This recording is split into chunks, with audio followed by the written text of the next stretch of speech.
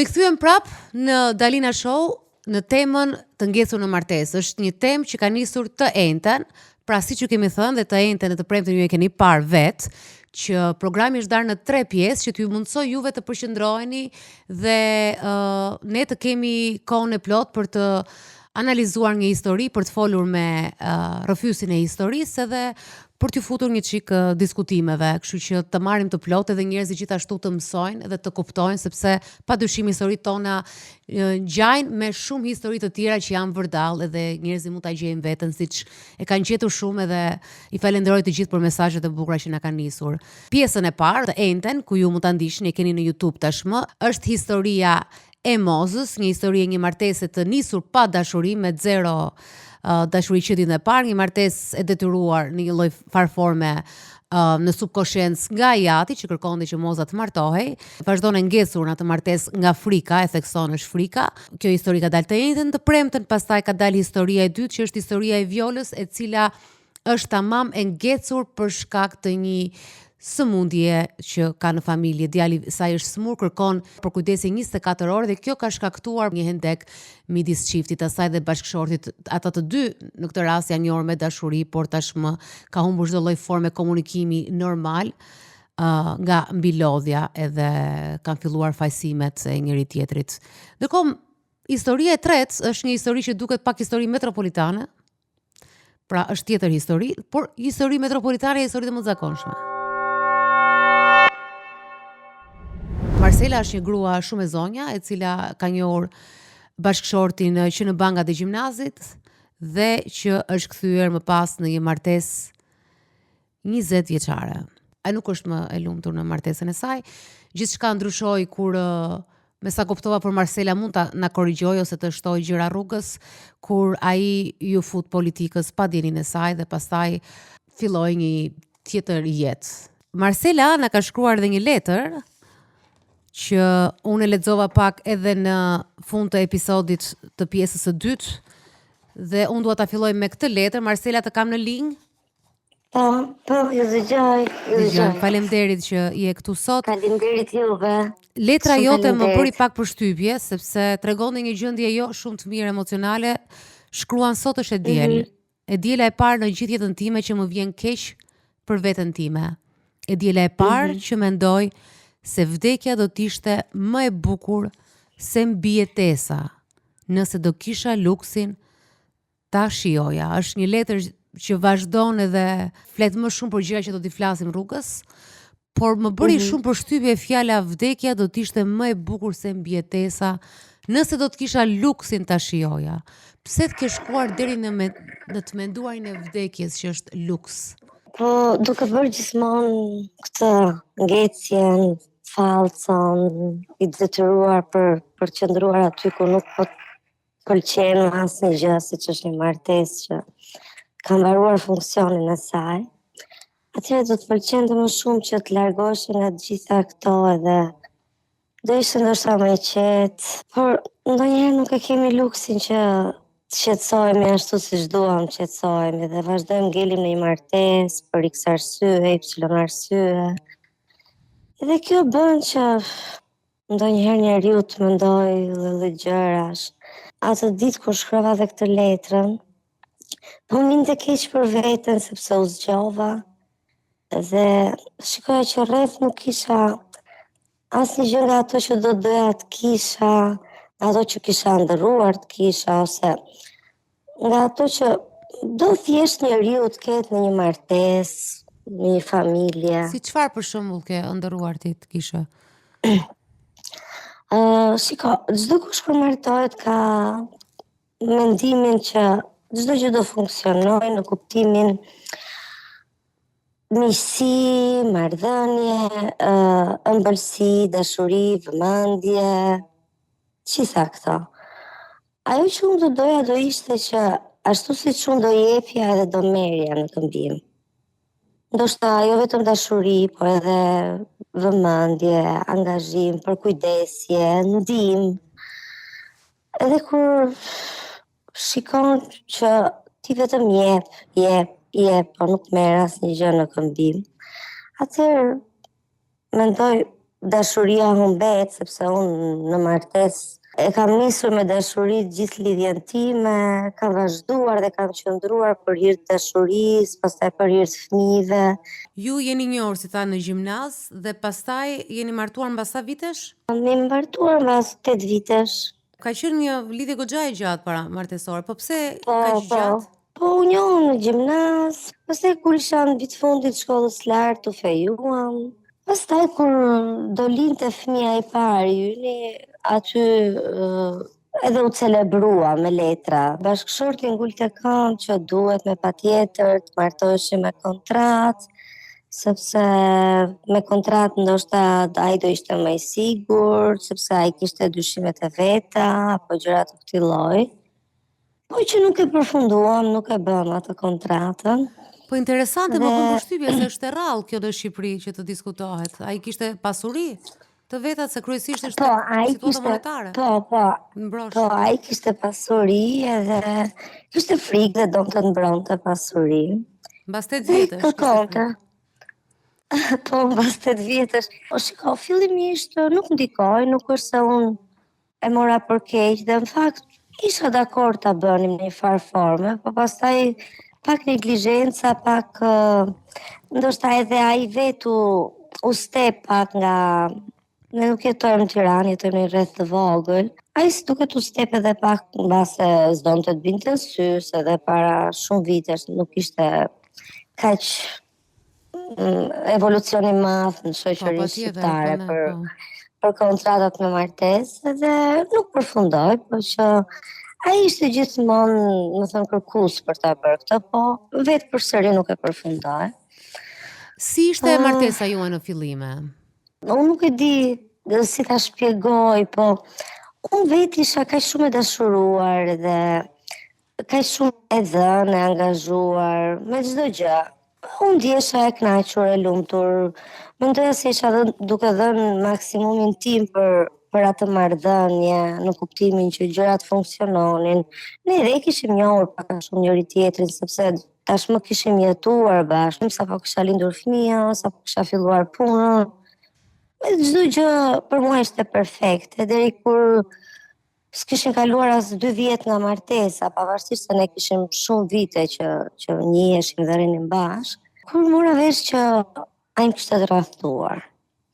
Dhe për mua këtu ishte zhgënjimi i parë në jetën time, dhe pikërisht në momentin kur unë mendoja që këtij kisha dhënë maksimumin e asaj që mund t'japi një femër për kundrejt bashkëshortit dhe familjes.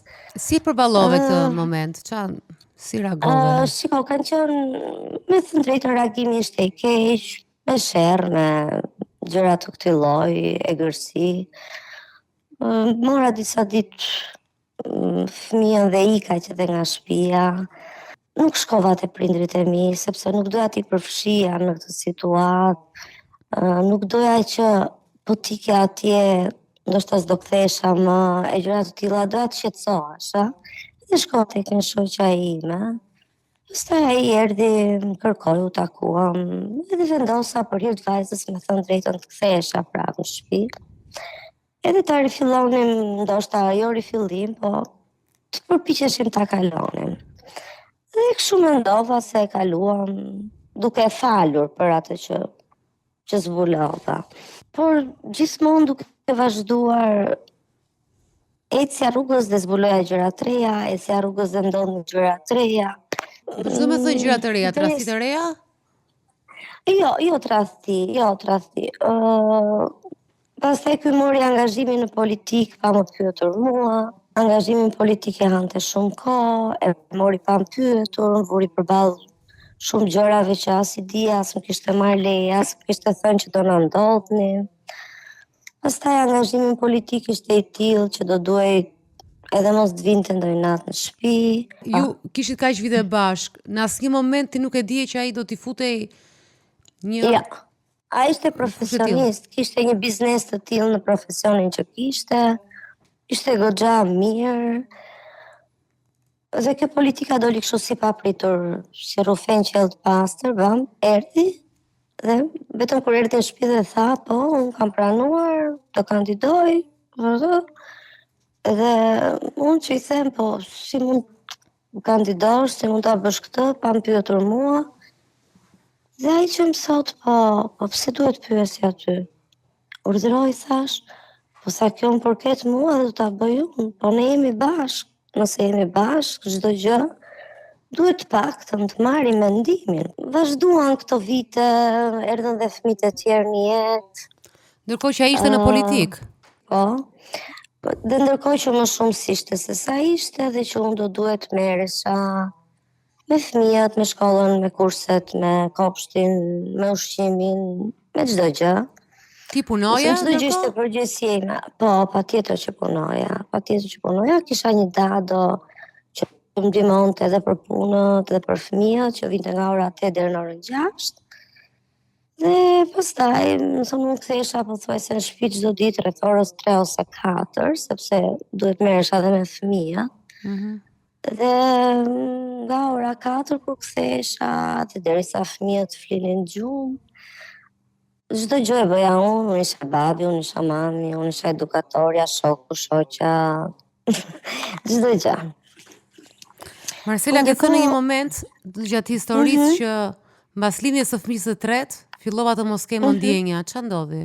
Po, kuptova që ky njeri nuk kishte asnjë vlerë si mashkull, si baba, si shok. Minimalja që duhet bësh është të gjendesh aty kur ata ka nevojë, kur atyre i hypon temperatura, kur ata duan ujë se ka mbaruar në shtëpi, apo kur edhe ata duan bëjnë ato lodrat e para. Dhe ai s'ishte asnjëherë aty? Dhe ai s'ishte asnjëherë, ose edhe kur vinte ishte i lodhur, ose shpeshherë dhe i nevrikosur, ndonjëherë mos vërtisni, ndonjëherë kur filloi ti tregoje diçka, ti merrje një mendim, apo ndonjëherë dhe ti ankoheshe se ishe lodhur, se detyrimisht njerëz jemi dhe lodhemi. Ai që thoshte, po tani e gjete, ora 9, ora 10, ka ditë kur ti diskutojmë këto gjëra. Po ndërkohë një njeri që s'është asnjëherë në shtëpi, fillova të kuptoja që s'kisha më dashuri, që kisha ndajtur ndoshta që në krye të herës për fëmijën e parë, pastaj për fëmijët e tjerë. Ai po e kuptonte këtë? Unë mendoj që ai gjithmonë ka menduar që unë isha gjithmonë 20 vjeçarja që ai kishte njohur. Dhe mendoj që ai nuk e ka kuptuar në asnjë moment deri ditën që kur i thash për herë të parë që ka menduar që të divorcohemi. Dhe ai që më tha që se kështu i keti këto gjëra. Domethënë e mori për shaka dhe pothuajse për 3-4 javë nuk e merrte për seriozisht. Ai nuk e kuptoi fare as që unë ftoha, as që ai patjetër që kuptoi që unë po i mbaja qendrim në kuptimin që s'po kisha më ngrohtësi, as intimitet, as një gjë me të. Por kur i thash që ka menduar që do ndahemi, ka vendosur që do ndahemi, më tha, po unë mendova se ti si ishe në rregull, kishe problemet e tua edhe po rria normal, se thash kështu do, nuk mendova se ti pas ke shkuar kaq thellë.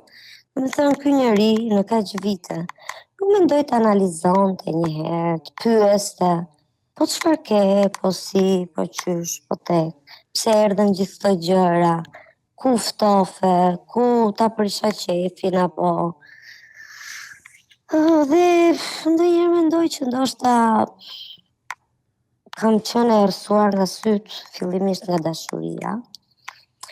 Pastaj kam ndetur e mbërthyer nga fëmijët fillimisht. Para se të kalojmë edhe në një si lloj konkluzioni për këtë historinë tuaj, duhet të kalojmë në dy momente që janë shumë të rëndësishme për të theksuar në historinë tuaj. Një është humbja e tij në politik, që pastaj siç ke rrëfyer në telefonatën tënde me Elonën, çoi në një depresion nga ana e tij. Dhe e dyta është angazhimi financiar, ku vërtet ai donte të bënte një kontratë paramartesore për mbronte pasuritë e tij, por ishe ti ajo që financiarisht kujdeseshe për familjen. Më thuaj pak më shumë për të dyja këto. Kur ky hyri politikës, politika kishte ato uljet dhe ngritet e veta, Patjetër. shumë bryla, shumë luftra, shumë gjëra. Ti e ndjeve Që këtë? detyrisht- E ndjeve këtë vetë? Po, unë e ndjeva që në fillim, kur ai hyri, që starti i pari i tij, sa doli që u prezantua e tjera, mua filluan të më sulmonin të gjithë për asgjë. Shumë njerëz që më provokonin, shumë njerëz që vinin të mblinin mendime, shumë njerëz që vinin të më spiononin, shumë njerëz që ndoshta filluan dhe të flisnin kundër meje, dikush më vinte një epitet, dikush më vinte një gjë tjetër, më thonë gjëra të këtij lloji që ndodhin në Shqipërinë tonë. Dhe unë isha e vetme përballë të gjithave. E vetme dhe këto nuk ja thosha askujt, përveç se që çdo sekond isha në gojë të njerëzve, po kisha filluar tani të krijoja një mburojë të timen që kisha frikë edhe nga miku më i ngushtë, edhe nga shoqja më e ngushtë. Dhe nuk dija si të sillesha, si të reagoja. Duke qenë se unë vetë jam një tip shumë shoqëror, që flas lirshëm dhe hapur me të gjithë. Po tash ti kisha hyrë në politik dhe nuk duhet të flisja me askënd, sepse çdo gjë mund të interpretoj në këtë apo në atë formë. Ishin këshillat që më jepte burri dhe unë mbylla në vetvete, më krijua një situatë shumë e vështirë.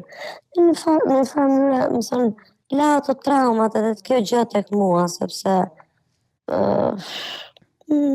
hyra në një vend ku nuk doja të hyja, me pak fjalë. Pastaj ai vazhdoi për disa vite në politikë me uljet dhe ngritet e veta dhe unë gjithmonë e përkraja, e mbështesja, megjithatë humbi. Në momentin që humbi, unë përsëri, me thënë të drejtën, rreth një vit e mbështeta, e përkra, u përpoqa shumë që ai ta kalonte atë gjendje. Po sa më shumë unë rria me atë, ai aq më shumë ishte i fiksuar pas asaj gjendjes që i kishte ndodhur, aq më shumë ishte i fiksuar por ato histori që kishin ndodhur nga 1, 2 herë, 5 herë, 6 herë. Ai përveç se ngecte, gjente dhe faje diku tjetër, apo i bënte analizë vetes, pra çfarë ndodhte në procesin e fitimit? Shpeshherë ma vinte fajin dhe mua, sepse thoshte mua nuk më ecin politik, sepse ti nuk doje që unë të merresha me politikë. Dhe kjo është e kulmi. Dhe kjo është e kulmi. Dhe ai shpeshherë bënte shumë gjëra që të nxirrte mua keq për shumë gjëra. Më gjiste fajin për këtë, më gjiste fajin për një tjetër, nuk më vlerësonte. Ndoshta në subkonsciencën e tij kishte vlerësim për mua. Por mua ballë për ballë nuk ma thoshte kurrë këtë, përpiqej, mendoj unë të më bante gjithmonë nën vete. Me gjithë skepticizmin e tim për shqiptare, sepse në momenti që bëhet fjala për një politikan, e çuditshme është që asnjëherë nuk të shko mendja për mirë tek njeriu që vesh atë kostumin e politikanit, se ne jemi të tërë, me që jemi në një emision me psikologë, jemi të gjithë me trauma nga çfarë ka ndodhur me politikën në Shqipëri. Dhe duke qenë se ti fitoje, arriti një pikë që fitoje më shumë, si është e mundur kjo me një njeri në politikë? Që të fitoje ti më shumë edhe të kujdesesh e ti për familjen. Sepse ky ishte në politikë, por nuk ishte nga këta politikanët e rëndomtë shqiptar që njohim, domethënë, sepse disa vlera ndoshta dhe merita si njeri ka, por nuk ishte nga këta politikanët e rëndomtë që bënte korrupsion, që fitonte, që bënte. Ky thjesht kishte imazhin, bënte mirë aty ku mund bënte mirë. Më shumë më ngarkonte mua nga ana financiare, sepse e suportoja dhe atë me drekat, me darkat që do bënte me X-in, me Y-in apo me të tjerë. Pa i kishte lënë profesionin tjetër që kishte? E kishte lënë sepse nuk mund të merrej me të dyja gjërat njëkohësisht. Ai kishte disa të ardhura të tjera që i vinin prona të tija që kishte, por nuk punonte, ndërkohë kishte vetëm politikën dhe unë fitova më shumë. Edhe unë baja atë shtëpinë, kështu që Bëj edhe punë të shtëpisë ndërkohë. Edhe punoje, bëj edhe punë të shtëpisë. Punë të shtëpisë mi bënte dadëra, por gatuaja, ndiqja fëmijët në për kurse, në për lodra, në për kinema, në për ku donin ata të shkonin. Po pazarin dhe gatimet i bëja vetë. Dhe ai nuk të ndihmonte edhe kur ishit të dy në shtëpi për shembull. Jo, nuk më ndihmonte kur dhe madje ndonjëherë kur i thoshe që po sikur të bësh ti këtë sonte, po do ta bëj nesër. Kur ti more vesh që do futej në politik, për te çdo acarimi tëndit që si s'na the, kështu që edhe natyrisht edhe një lloj me vend, sepse duhet të merret edhe ty në vendimarrje. A e besoje ti që ai mund të bëjë një politikan i mirë? Ishte i zoti për këtë punë? Ja, sepse në politik duhet të jesh tip që ti të bësh kompromise. Ja ke thënë ndonjëherë apo? Po, gjithmonë. Dhe ai më akuzonte mua që ishte pa im, sepse unë nuk doja që ai të merrej me politik. Unë nuk është se s'doja të merrej me politik. Unë nuk doja që ai të bënte një gjë që s'dinte ta bënte. Doja të pyesja për situatën aktuale. Si e në marrëdhënie me të? Ndërmjet nesh të dy ka mbaruar, ka zyrtarisht apo? Zyrtarisht ja. Unë jam duke filluar procedurat për divorc, jam duke i mbushur mendjen dhe atij që ta pranoj këtë, sepse ai nuk e pranon, e kam të pamundur e gjëra të këtij lloji. Dhe po përpiqem që të gjej një zgjidhje më të mirë për të dy neve. Fëmijët ndoshta janë edhe pak të rritur, edhe e kanë kuptuar këtë gjendje, kanë kohë dhe ata që e kanë kuptuar. Jam pro ndarjes. Jam pro ndarjes, madje vajza ka qenë fëmia i madh, ka qenë ajo që më ka ndikuar më shumë në kuptimin, se më ka thënë që të ndahen, po shpeshherë më thoshte që mami, bë diçka të mirë për veten tënde, bë diçka të mirë për veten tënde. Ai po ma bën pak të vështirë në fakt, në çfarë ta bën më të vështirë? Ju ju flini bashkë në një shtëpi? Apo jeni në shtëpi ndryshme? Jo, flem në një shtëpi, kemi një shtëpi shumë të madhe në fakt, edhe ndoshta edhe koha që marrim në përpunëra nuk na bën shumë që të shihemi. Ma bën të vështirë, po jo, nuk do ikësh. Detyrimisht që unë do iki, nuk do rri. E ke ndarë mendjen. Dhe ja thash dhe atij që unë do ndajemi si dy miq. Ti ki si njeri, ashtu plot mirësjellje dhe edukat si çyra, ashtu edhe dua të dal. Marcela, pse mendon që partneri nuk është dakord të përfundoj marrëdhënien? Shiko, unë e kam pyetur disa herë. Edhe ai më thotë që po unë të dua. Dhe unë i thash që dashuria ka mbaruar dhe për këtë ne jemi koshient. Megjithatë i thash dhe nëse ti më do, unë nuk të dua më. Thash, kështu që s'mund të rrim të dy bashkë. Pastaj më thotë që po unë s'mund të rri dot pa ty. Ti ndjen që nuk është dashuri, po është frika nga vetmia? Mendon që shikon ato benefitet e veta, siç ndoshta e shikon gjithë peshkët shqiptar, një mashkull shqiptar që s'di të bëj asgjë. Di vetëm të hedhi gjellën dhe të marrë lugën, s'di të bëj asnjë gjë tjetër.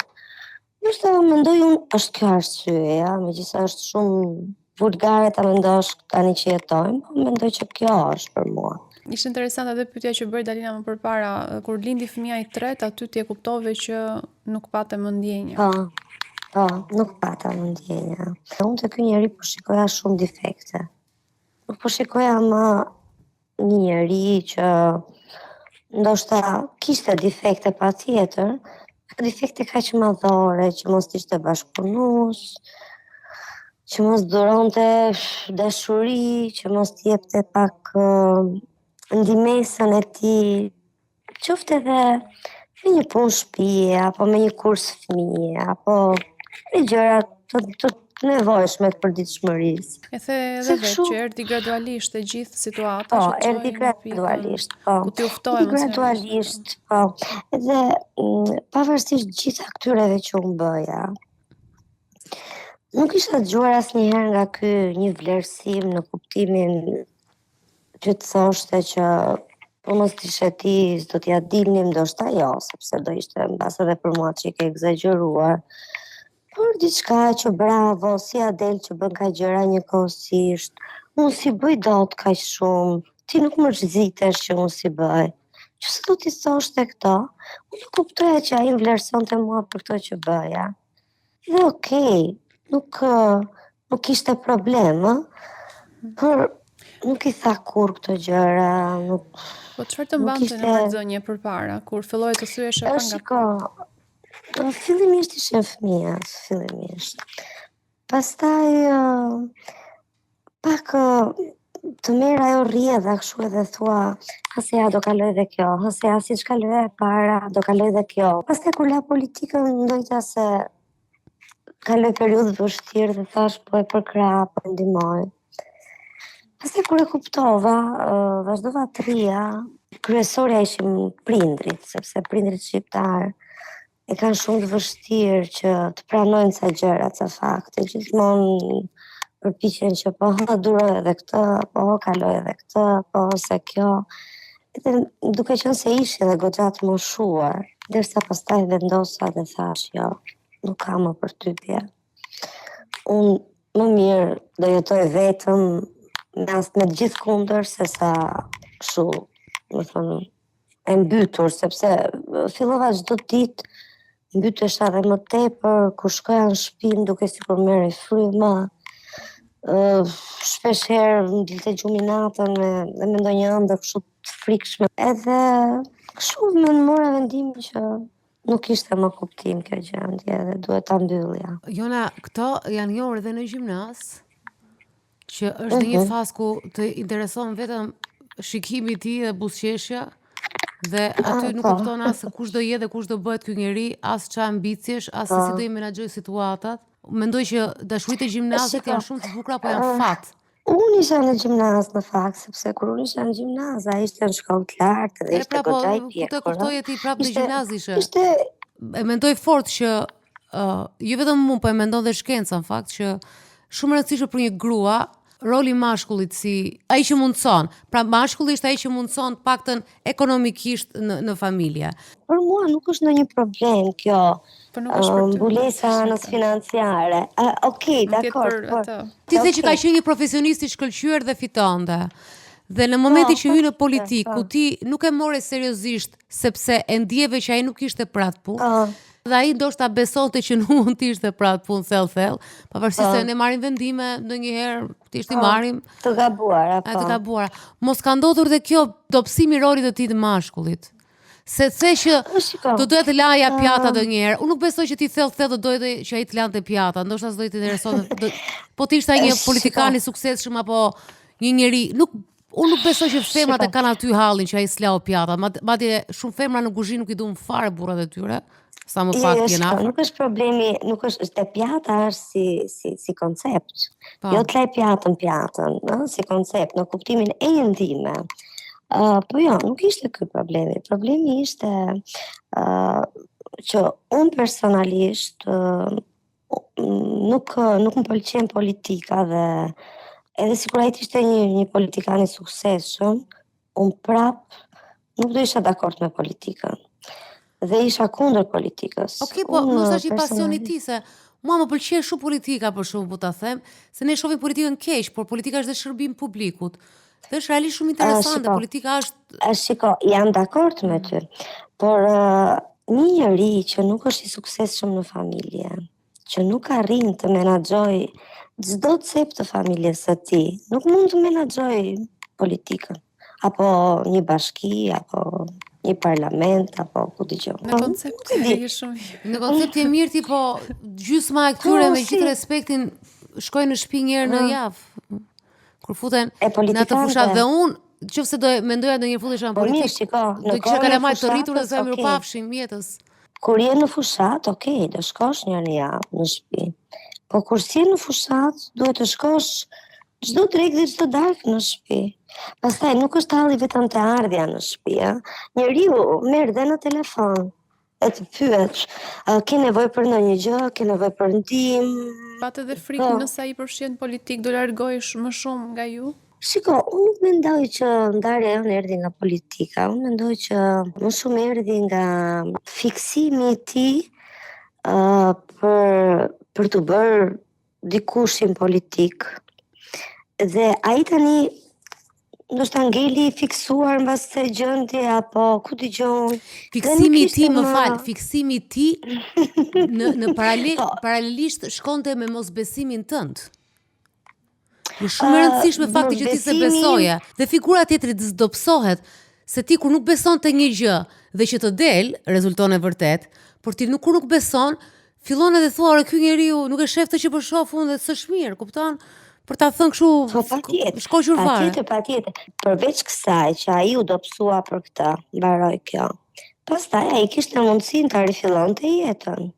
Në profesionin e vet që e kishte shumë të mirë, shumë nderuar e tjera.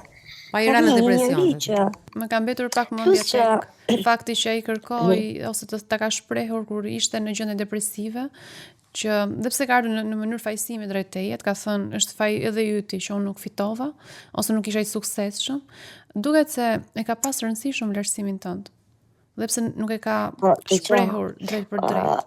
Pavarësisht se unë kisha këto mendime. Unë i thash vetëm një herë në fillim që mos u merr me këtë se si e për këtë punë. Pastaj gjithkohën unë isha gruaja e duhur në çdo moment që duhesha, në çdo prezantim që kishte. Fiks kjo fjali kam thënë dhe unë vete si ty, që një herë mund të kem thënë diçka, por në pjesën tjetër të jetës, dhe do shta dhe një qik arogancën time të kam menduar që absolutisht goja ime nuk ka asnjë faj, sepse unë herë të tjera kam qenë ndryshe. Pa dyshim që kam qenë shumë e mirë, po është dhe konteksti dhe kush e thot dhe kur e thot që vlen shumë. Kështu që kur e thot gruaja, kur e thot një grua e suksesshme të dhë më shumë. Ja ke thënë shenjën, se edhe unë kështu kam, edhe unë fiksi ty, kam thënë dhe pastaj të tjerë më kanë që të përmendim, kam thënë, ore, e the njërë fjalën, e ke thënë, nuk e ka harruar tjetri. Po nuk bëm për këtë punë. Po s'bëm për këtë punë, është... Ore, ti e ke thënë se ke burrin tënd e ke thënë shoqërish, po neve do njëherë harrojmë që nuk janë zgjatimi ynë këta njerëz, kupton? Ndoshta ka qenë fajin, nuk e di se nuk po. I kam vënë shumë fare vetes. Ne i vënë më në fund që të mbrojmë një burr. I ka vënë shumë fare vetes se nuk do t'ja vënë këtë që është fajin, po se di, ndoshta është dhe fajin. Po unë di këtë që unë pavarësisht të gjithave, vazhdoja ta doja, ta suportoja, ta pranoja, ta duroja. Për shembull, do niseshim me pushime. Ishte ora 10. Po do ta shtyjmë, do nisemi në 12 se kam një mbledhje. Okej. Dëgjoj, e di ç'keni, a thikni para se unë do vi nesër se mbledhja sot mbaron në orën 8. Edhe sa herë si këto gjëra që kam kaluar. E nuk e di tash ti se duhet isha e knaqur. Unë mendoj që janë këto gjëra fare. Unë mendoj që është personaliteti i atij dhe është bërë i padurueshëm, sepse unë kam një histori, unë jam rritur në një familje ku babai im ishte pothuajse inekzistent në shtëpi. Dhe mami im dëgjoja pjesën më të madhe të jetës si e kurrë në shtëpi, dhe pastaj kur ishte në shtëpi kur u smur, mami thoshte nga ngeli në shtëpi që po smurej, dhe s'po e kuptonte, i nga shtëpia.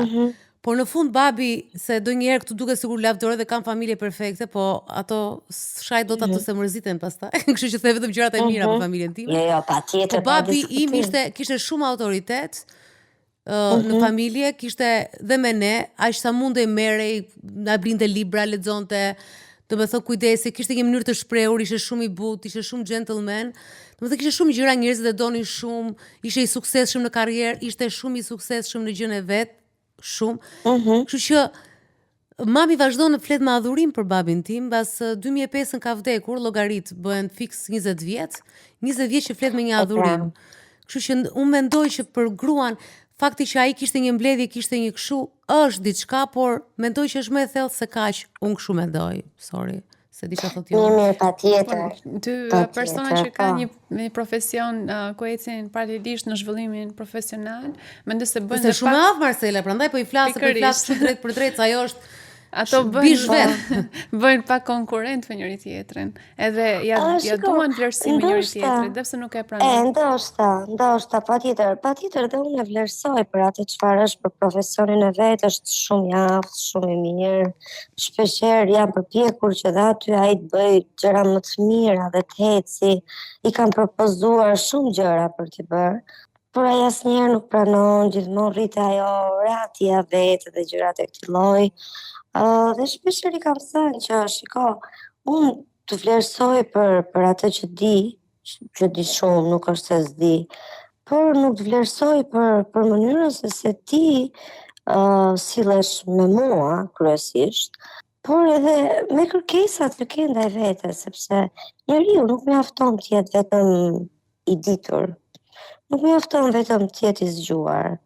Nuk mjafton vetëm të jetë i qeshur me të gjithë. Njeriu duhet të jetë edhe kërkues ndaj vetes. Ju referove pak më herët që ai kërkonte 20 vjeçaren atëhershme.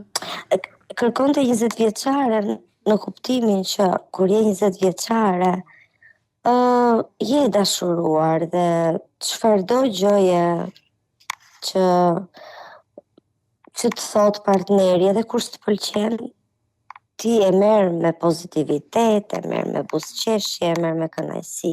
Kurse kur arrin një farë pjekurie, kur ke një eksperiencë, kur ke gjithë këto gjëra mbi kurrizë që ke kaluar, lodhje, përplasje, në fakt të vështirësi. dilja, Marcela, që momentin ku dinamika juaj ndryshoi ishte kur ti fillove të kuptoje gjëra që ati mungonin, po e kritikoje pak më shumë, ai po të kritikonte ty. Pra futet te pjesa ai të nuk parit po të gjërave.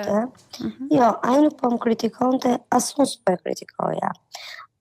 Kriza jonë filloi sepse ai u bë kaq i ftohtë ndaj meje në kuptimin që nuk më kërkonte njëherë, më pyeste, u lodhe, si ka lodhe. Nëse do pyesje vajzën tënde të madhe sot, se si do ta përshkruante djatin, si ishte ai si baba, si është ai si baba, domethënë. Çfarë lloj imazhi mendon që është në kokën e saj? Ajo thotë që ai ka probleme të mëdha mendore. Kështu mendon ajo për të. Po i referohet pjesës së depresionit apo Jo, i referohet dhe marrëdhënies së tyre. Po pse çfarë marrëdhënie?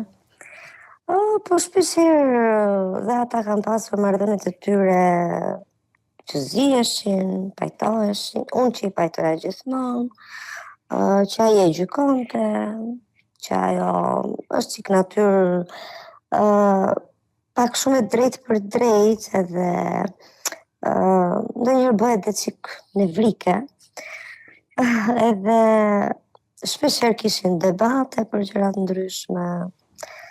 Më thënë... Vajza është adoleshente, se këto ja dhe si fjali të një moshë Jo, vajza sot është e rritur, por problemet e tyre kanë filluar që gati para 5 vjetësh.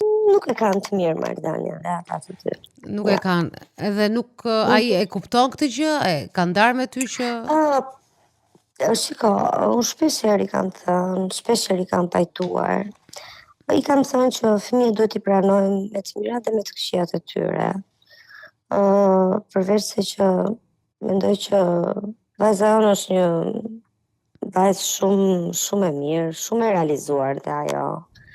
Shumë e aftë për atë çfarë është edhe çfarë bën për moshën që ka. Por ai gjithmonë do t'i gjente defekte, gjëra që atij si pëlqenin, sepse ndoshta ai thellë në familjen e vet ishte mësuar që atë çfarë thoshte nëna ose babai do bëj, ishte ligj dhe nuk ndryshonte. Dhe ai këtë donte që ta bënin dhe fëmijët sot me të, do thënë, nëse ai thoshte diçka, ata nuk duhet ta diskutonin, nuk duhet kishin një mendim ndryshe nga i tij, pavarësisht se i shkolluar. Ti po gjen një zgjidhje dhe të paktën në këtë rast, në temën tonë të ngecur nga martesa, Marcela po gjen një zgjidhje edhe pse me vështirësi, sepse nuk pranohet nga partneri, por ti ki je futur procedurës tani në fund për ta mbyllur, je futur në procedurën e drejt divorcit apo jo? Po. Unë të falenderoj shumë për telefonatën. Edhe unë juve. mund ta dëgjosh veten. Shumë të mirë. Faleminderit. Faleminderit që na lejove të bënim pak hyrje të dashura. Shumë. Po jo dallojnë gratë e forta që e mbajnë gratë e forta. Faleminderit edhe do e dëgjosh veten të dielën, sepse kjo pjesë do jepet dielën. Faleminderit. Në këtë pjesë të programit e ngrohëm pak situatën, ishte një grua që dallohet ajri i asajt që nuk po ngec më, pra po shkëputet, ka ngecur për një farkoj, po të jap një zgjidhje. Dhe me këtë ajër të Marselës ndoshta edhe ne duhet kuptojmë që shiko çfarë mrekullie është kur gjen zgjidhje. Për ata që mund të gjejnë, ose për histori siç ishte historia e dytë, kur fillon e lexohesh ashtu siç edhe unë thash për atë balonën që hidh gur edhe që të ngrihet më lart pra të jetë sa më e lehtë.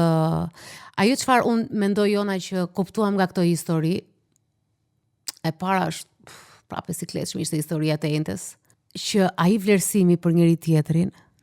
Vlerësimi ka dalë të treja historitë. Po. Ndoshta tek të dy të fundit më Po shumë. edhe ai ndoshta, edhe ai ftoti në një moment që se i vlerësonte faktin e vlerësimi.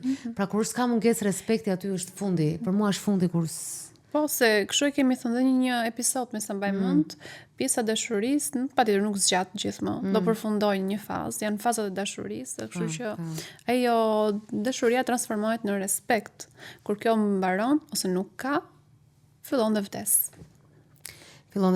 Dhe pavarësisht se si janë historitë se ishin 3 histori grash, dhe pavarësisht se ishin 3 histori grash, dhe pavarësisht se ishin historitë e burrave, edhe të rish edhe të bindesh, ke prapë dhe ti pjesën tjetër tënde të përgjegjësisë për atë martesë që ke. Edhe të shash tjetrin, ndërkohë që ai të thotë ti je fajtore për fëmijën, edhe ti ke pjesën tënde përgjegjësisë të marrëdhënies që ndërton. Edhe të mos i japësh një çik, si thuash, besim, ndonjëherë ke edhe ti pjesën e përgjegjësisë tënde. Në këtë rast do të edhe më pak, me sa kuptova, është edhe vet tipi, është janë këto martesa në gjimnaz që po një farës. E kupton rrugës. Por që të thuash faleminderit për çka ke, edhe kjo ishte një leksion tjetër. Faleminderit që kam këtë, faleminderit që ti nuk bën atë që bëjnë burrat të tjerë, ose bën atë që shumë burra se bëjnë, që shumë e rëndësishme e pjesa falënderimeve vogla. Po. Ishte sa motivuese. Edhe faleminderit e ty Jona që je këtu gjithmonë, faleminderit për të gjitha terapi që bëre sot, sepse ishte shumë interesante. Sot neve, po sot pra në gjatë 3 ditëve që ju ndiqni. Mos harroni. Ju që e shihni vetëm këtë episod sot, keni dhe 2 pjesë të tjera të këtij programi. Ishte edhe një herë po e theksoj, një program që është i gjatë. Ne kemi vendosur të bëjmë një test për ta prerë se fundja në YouTube jemi, s'na kërkon një llogaris, kemi amën në mbi krye, apo edhe unë jam shefja e Andales, kështu që mund ta bëj këtë gjë. Kështu që kemi 3 pjesë të ndara, të enten keni pjesën e parë, historive mbi martesën e ngecur, historia e një gruaje e cila ka ngecur në një martesë të palumtur që ka filluar e palumtur që ditën e parë kur ajo mori dikë që nuk e shite dot me sy, po e them kështu shkoqur që ditën e parë, se realisht ktheu kokën kur e pa. Kemi historinë e dytë që ka dalë, që e keni prapë në YouTube në kanalin e Andales, ku është historia e një çifti që nuk kanë prerë çdo lloj komunikimi romantik, çdo komunikimi shpirtëror, se mes tyre është një fëmijë i smur që i ka drobitur dhe të dy gati po dorëzojnë armët, janë atë pjesë, por nga ana tjetër të dy janë barabar në kujdes, njëri financiar dhe tjetri në kujdes fizik pranë fëmijës. Nëna që e bën të pamundur të mendohet edhe një zgjidhje martese, kështu që ata duhet gjejnë zgjidhje brenda martesës së tyre. Dhe historia e tretë që sapo e ndoqët ishte historia e Marselës, e cila ndryshe nga 2 historitë e para, tashmë po e zgjidh edhe si thua nga ajo gropa që rrinë edhe ato, e parasysh ato gomat e makinës së foristradës, domos ato 4x4 që ja bëjnë atë zhurmën e madhe që ti rri edhe ngec, ajo e ka shtyr atë 4x4 e vet edhe po del nga gropa ku ka qenë shumë vite. Kjo ishte për sot. Ne urojmë që ky testi të jetë të rezultojë suksesshëm dhe juve të shihoni të 3 pjesët në kohën tuaj, pa u ndier në faj që lat për gjysmë diçka. Faleminderit shumë, natë e mirë, Jona. Ándale.